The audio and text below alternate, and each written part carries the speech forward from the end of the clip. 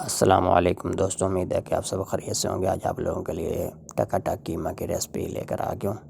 توا قیمہ آپ لوگ گھر پہ کس طرح بنا سکتے ہیں، اس کی ریسپی آپ لوگوں نے توجہ سے دیکھنی ہے۔ ویڈیو اچھی لگے تو آگے ضرور شیئر کر دینی ہے۔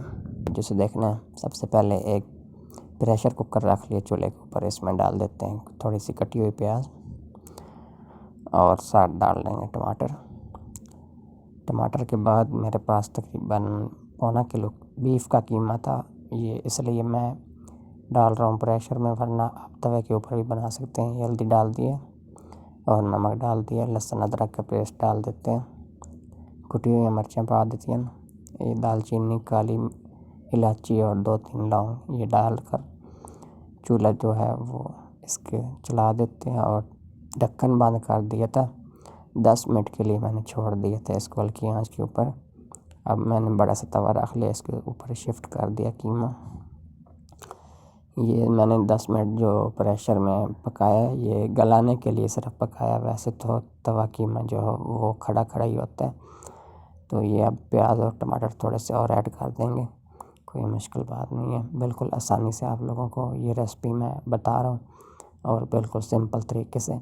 یہ زیرہ دھنیا پاؤڈر بھی ڈال دیا اس ٹائم پہ، آ کے اس کو مکس کر لیتے ہیں۔ اب ہم نے پانی جو ہے وہ خشک کرنا ہے قیمے کا، تیز آنچ کے اوپر۔ تو ویڈیو اچھی لگے تو پلیز ویڈیو جو ہے وہ آگے اپنے عزیز و دوستوں کے ساتھ شیئر کر دینی ہے، اور کمنٹ میں مجھے بتانا بھی ہے کہ آپ لوگوں نے یہ توا قیمہ بنایا ہے تو کیسا بنا ہے، اچھا بنا ہے کہ نہیں بنا۔ اور ویڈیو پوری دیکھیں گے تو انشاءاللہ آپ لوگ بازار جیسا جو ہے وہ توا قیمہ بنا سکیں گے۔ یہ آئل اور دیسی گھی جو ہے وہ میں نے ڈال دیا مکس کر کے۔ میں نے تھوڑا سا 1 پیالی پانی کی ڈالی تھی صرف قیمہ گلانے کے لیے۔ تھوڑا سا بیف جو ہوتا ہے وہ آپ لوگوں کو پتہ ہے کہ ہارڈ ہوتا ہے، گلنے میں تھوڑی دیر لگتی ہے، تو مجھے جلدی چاہیے تھا، اس لیے میں نے 10 منٹ کے لیے اس کو ہلکی آنچ کے اوپر، سیٹی نہیں بجائی اس کی، پریشر کوکر کی سیٹی نہیں چلنے دی، ویسے 10 منٹ اس کو رکھا تھا ڈھکن دے کر ہلکی آنچ کے اوپر۔ اس ٹائم پہ آ کے میں نے لیموں ڈال دیا، تو اس کو کر لیتے ہیں مکس۔